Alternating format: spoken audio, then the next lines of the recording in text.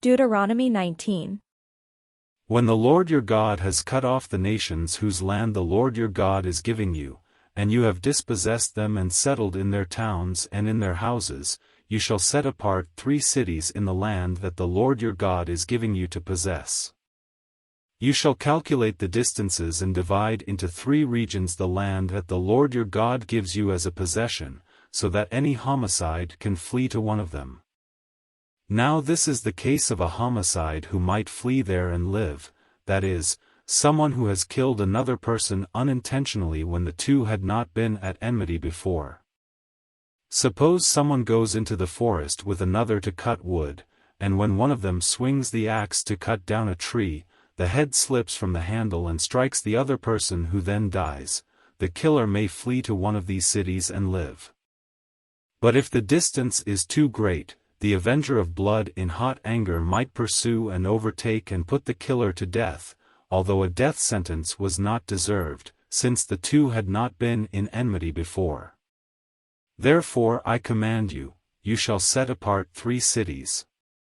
If the Lord your God enlarges your territory, as he swore to your ancestors, and he will give you all the land that he promised your ancestors to give you, provided you diligently observe this entire commandment that I command you today, by loving the Lord your God and walking always in his ways. Then you shall add 3 more cities to these 3, so that the blood of an innocent person may not be shed in the land that the Lord your God is giving you as an inheritance, thereby bringing blood guilt upon you. But if someone at enmity with another lies in wait and attacks and takes the life of that person, and flees into one of these cities, then the elders of the killer's city shall send to have the culprit taken from there and handed over to the avenger of blood to be put to death. Show no pity, you shall purge the guilt of innocent blood from Israel, so that it may go well with you.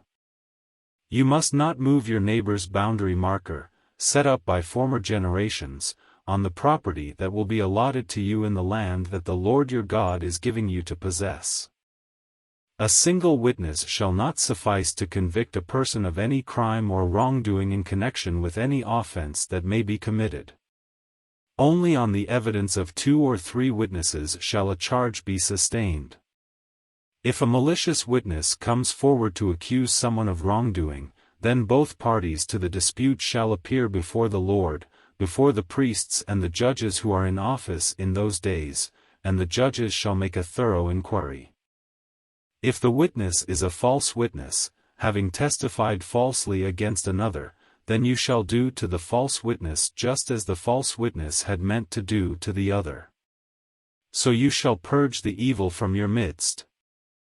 The rest shall hear and be afraid, and a crime such as this shall never again be committed among you. Show no pity, life for life, eye for eye, tooth for tooth, hand for hand, foot for foot.